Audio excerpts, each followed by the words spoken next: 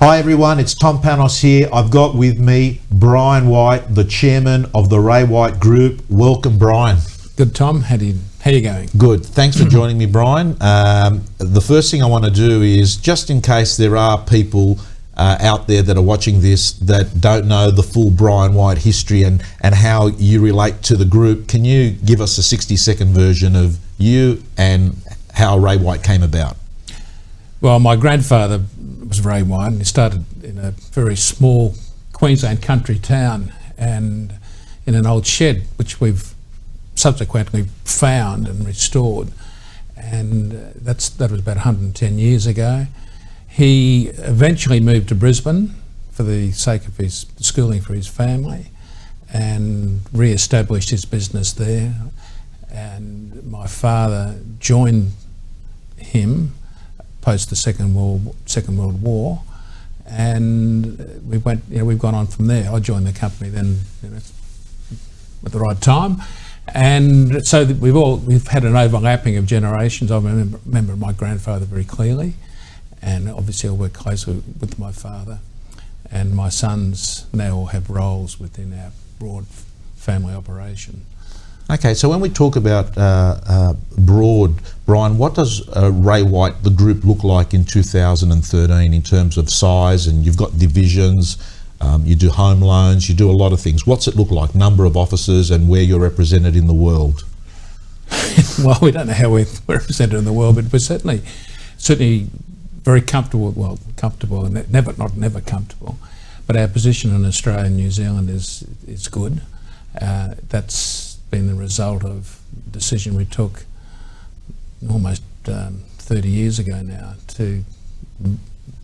25 years ago, to expand beyond our initial base of Queensland. We have a terrific business in Indonesia. We're just growing offices at the moment, opening offices at the moment in India. And we have some pretty spectacular announcements to make, which we made over the next few months, of some other locations. So geographically, we're broadening, and we're very keen to keep doing that. We've gone broader in terms of our activities, certainly with home loans. My son Sam is the driver of the loan market, which is certainly a very significant player now in that mortgage business. So how many offices is there all up? It's about 1,000. 1,000, okay.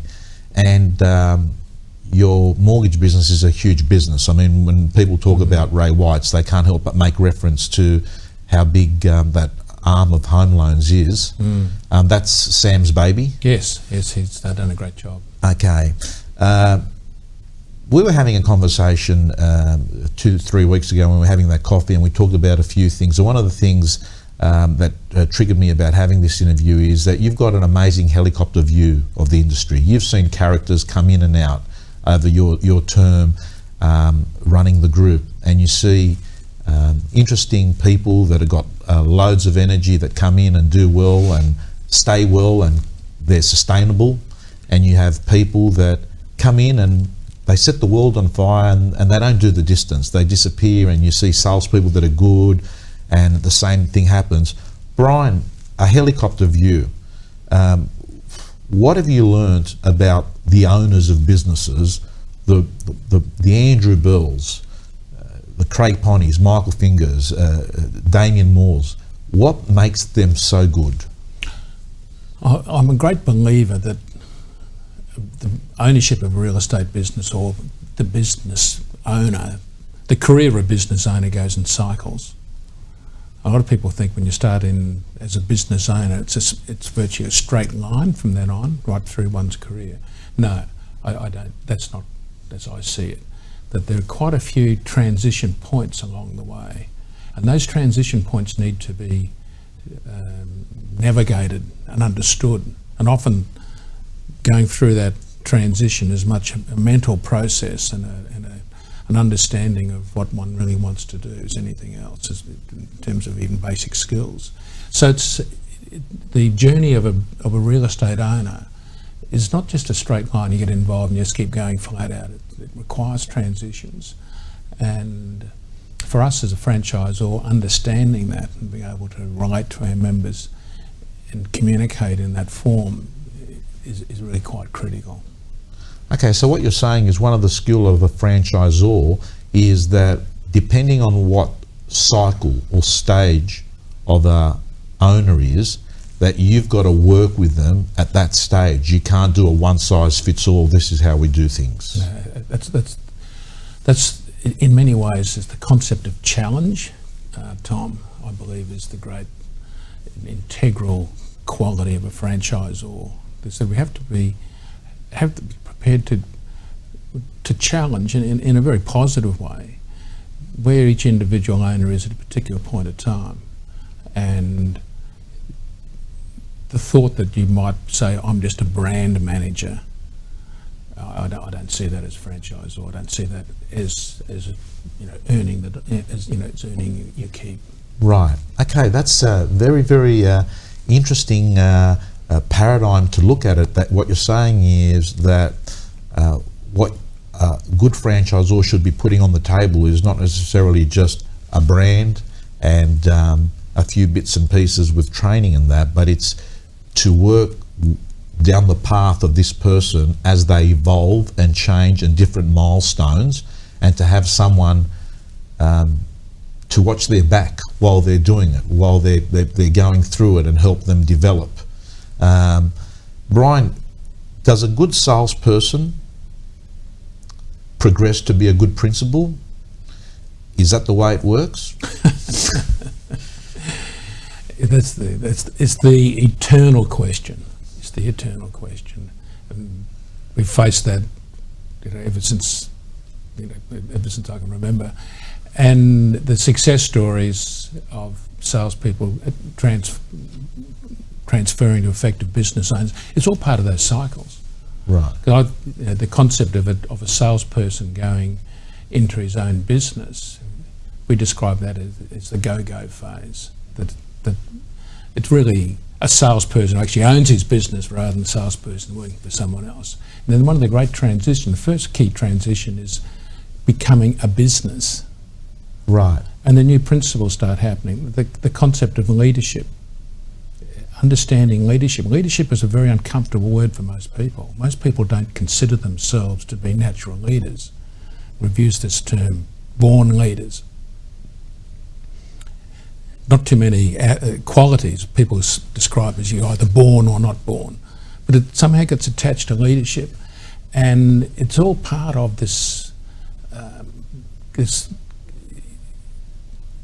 difficult concept that when you own a business, you actually entered the leadership business.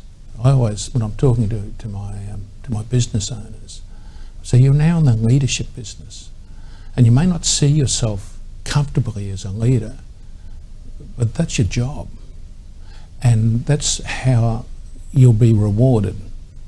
And I often describe as profit, and I go through a whole sequence of why I think this, but effectively profit is the payment for leadership. And there are a lot of things people can, a self-made leader can be massively successful. And you might, as a younger person, you say, well, he'll never be a leader. He's not a leader in the schoolyard, he's not a leader in his social structure. But with discipline and understanding and with practice, they become fantastic leaders, in many cases far better than a natural leader.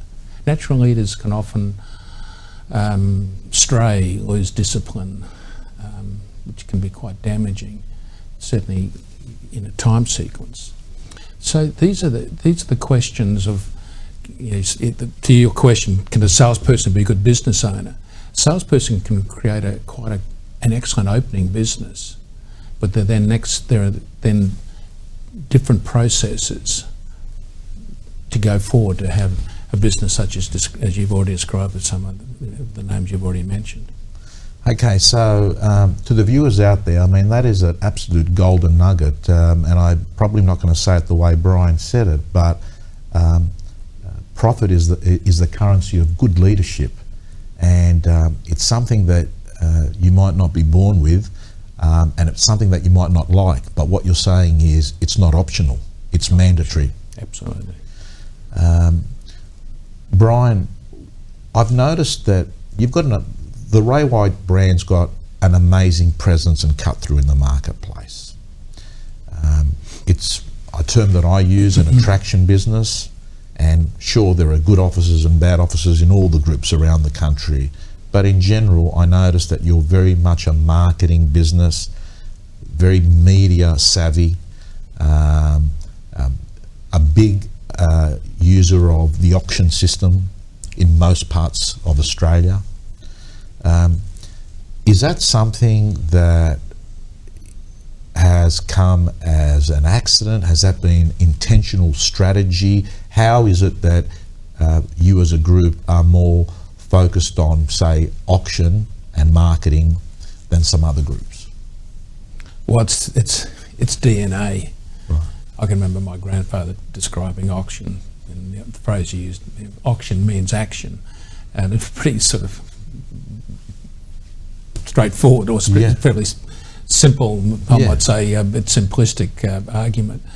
But you still remember it? I remember him saying that, and my father was very much the same. He was a great believer in that. So we would, if the auction process was not a valid process, then our company wouldn't be nowhere near the size it is. I mean, our market share, our auction market share is at least twice what our overall market share is, and we monitor that actually.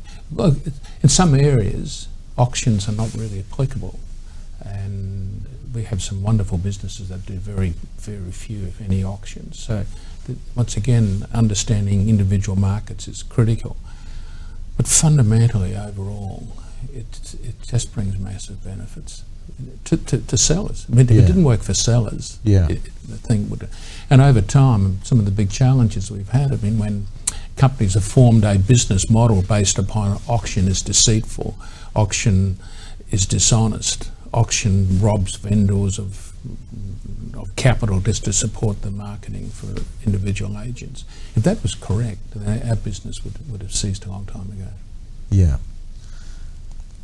Brian, the word ambition, we spoke about it the other day, and we talked about the fact that it's just a word, but it's actually a special word. It means a lot. It's something that you feel resonates with very successful owners and real estate people. Tell me more about what that word ambition is and the context of real estate agents. Our ambition is tied in with the word want, which is also tied in with leadership. And it's this display of ambition can be discomforting at times. It can rattle the cage. Hey, I'm ambitious. I want to do this. I want to do that. And often the comment is, "Oh, don't be so ambitious. Sort of stick into, a smaller sort of structure." It's another great challenge for franchisors is how to go with ambition. It's the breakthrough driver. You talk about Andrew Bell. I mean, his ambition is unbelievable, and Greg's, and I would take that with some pride that as a company we've been able to go with that ambition. We haven't said no, you don't do that, someone else does that, and so forth. So and those people create breakthrough opportunities for an organisation. I'd hate to have a network where everyone was just saying, "I've just got my own little area and I've decided to sort of make a reasonable living," and that's fine.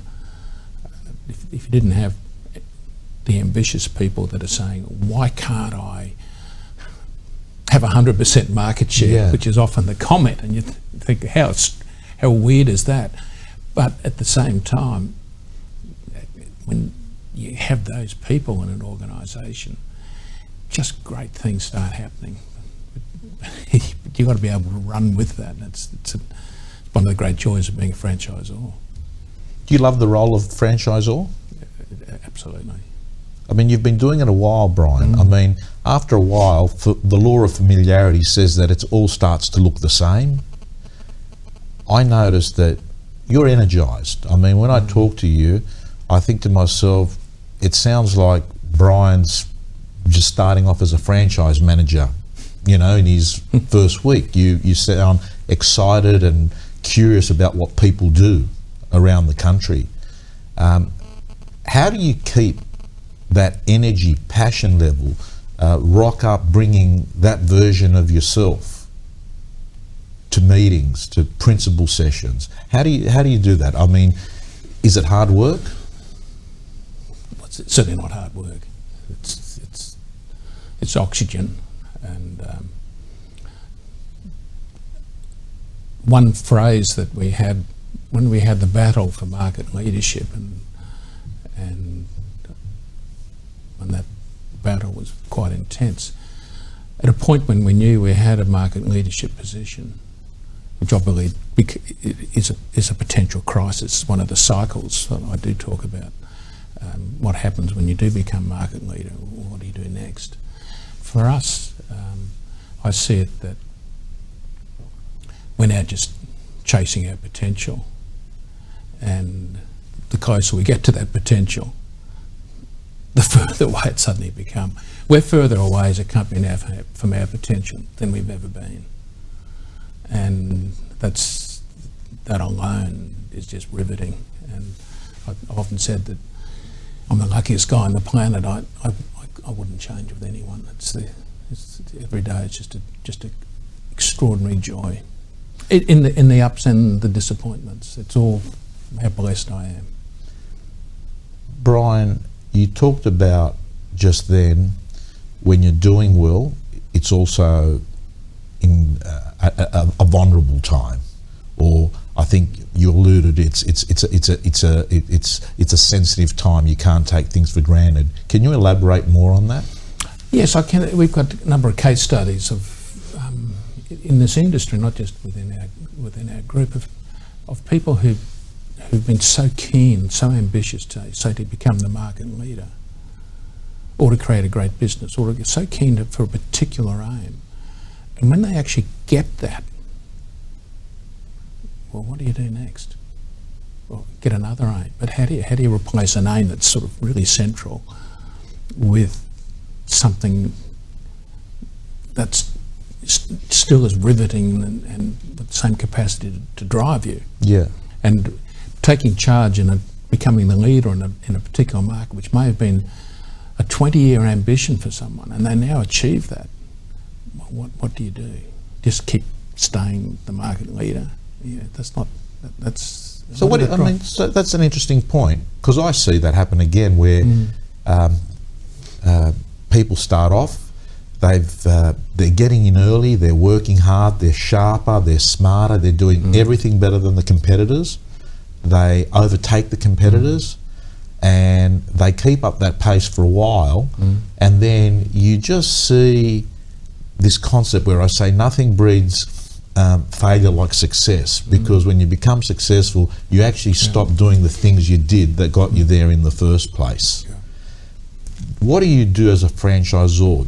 Are you sitting there encouraging an office to actually then be looking for a bigger goal? Like, for instance, would you encourage someone that's become the #1 office in a suburb region area to go off and open up another office so that they've got that same energy and they're growing, or what? Not necessarily. I think one of the breakthroughs that can happen is you just say, I just enjoy running a great business, and that's a breakthrough. And it's different to I've got to be #1. And if you can transition to say, I just love running a great business. I'm proud of my staff. I'm proud of the fact that the quality of the service I offer to my community. I feel good in the fact that I'm able to influence people in terms of bringing better skills. That's one of the transitions. And people are actually just loving running a first-class business without am I #1 or #2? Right. And when you get to that attitude, you end up almost, you go on another great spurt, because just great things start happening when that environment is generally a very creative leadership environment. Brian, I want to ask you, if you were meeting yourself 40 years ago, what would you say to you 40 years ago? Now you've had a lot of experience, you've met thousands of people. What would you say to you about being a better real estate person, being a better franchisor, being a better business person? What advice would you give to you? Because there's a lot of young people watching thinking, hey, I might take a shortcut here and learn from what everyone else has done right and wrong, and try and do it in a quarter of the time. I would say have more confidence. I can remember so clearly at the time we made the decision to go interstate. I mean, that I didn't. It was just it didn't sleep. They'd talk about 2 a.m. club. I was awake at 2 a.m. It was the best years for my dog's life. Every 2 o'clock, 2 a.m. he was there, tail wagging, and off we went. Walked the neighbourhood, went for miles, and he knew where the cats were, the possums were, such and such. And and it was at that stage of saying, well, how could we from Queensland become effectively substantial national business from Queensland? But then well, if we didn't have a go, we didn't have a future anyway. So it was like we backed. We didn't approach that exercise front on. We almost backed into it by saying, well, we just have to do it. And right. But I wish I had more confidence. I had the confidence today that, and I didn't really understand leadership then either. And one of the things that often happens in generation moves is these issues are not really well talked about. My father, when he called me in one morning and said he was about to remarry after my mother died, and he sat and said, oh, look, I'm getting married in a couple of weeks, which of course he knew. He said, well, here's your desk, I'm out of here, and good luck. Go get him, Tiger. Go get him. He said, I didn't have a secretary, of course. Then he had a secretary. He'll be your secretary. Clean my desk. Off he went. And what do I do? How do I relate to people? How do I handle the sort of the issues? So many of which are all based. So you're a bit self-taught here, Brian. I mean, you didn't. But I think all of us are in the end, aren't we? We have influences, and you end up with peer groups that can be fantastic, which I've been blessed with.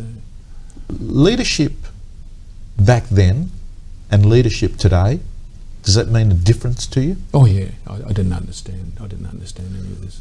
What can I ask you? What's leadership mean to you today? Because it is a term that can mean different things to different people. We know that it's important, and we know that it means something to a salesperson. It means something to a business person in their first year. It meant something to you 40 years ago, and it means something to you today. What does it mean to you today, Brian?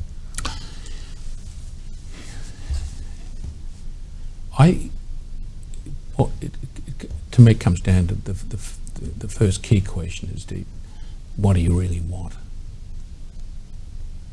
What do you want? And not just sort of what do you want. I'd sit down. Look, we've got a session here. Put down on a piece of paper what you want. No. It's what you want in your gut. And if you haven't got it, it hurts. And probably I was lucky or fortunate that I had that sense of family history and the way my grandfathers talked and my father talked about offering quality, offering value, being proud of what you stood for. I just have wanted to run a first-class business forever. Right. And I've become more comfortable to understand that that's where leadership stems from. I've yet to know of anyone who's been have any effectiveness as a leader who hasn't absolutely wanted to do it. You can't talk yourself into this. I've got to say, Brian, and to the viewers out there, I think that is just 30 seconds of gold, because I've always said, Brian, you can show someone what to do, you can show someone how to do it, but you can never make them want to do it. And I think you've summed it up beautifully. What is it? Not that you dabble on it, or that you're sitting in a brainstorming session and say, I'd like to write this and that. What is it that you can't exist without?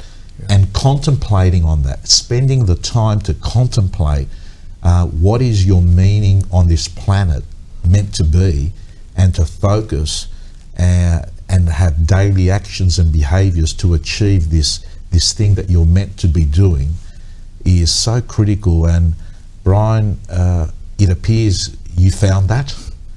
You've got to be very proud of your group, your people, and I just think you're a great living example of someone doing a job that they like and they're good at, and they get not only give energy to others but get energized from the job and others. Thank you so much. Been a great joy, Tom. Thank you. Thanks a lot, guys. That was Brian White, Chairman of the Ray White Group.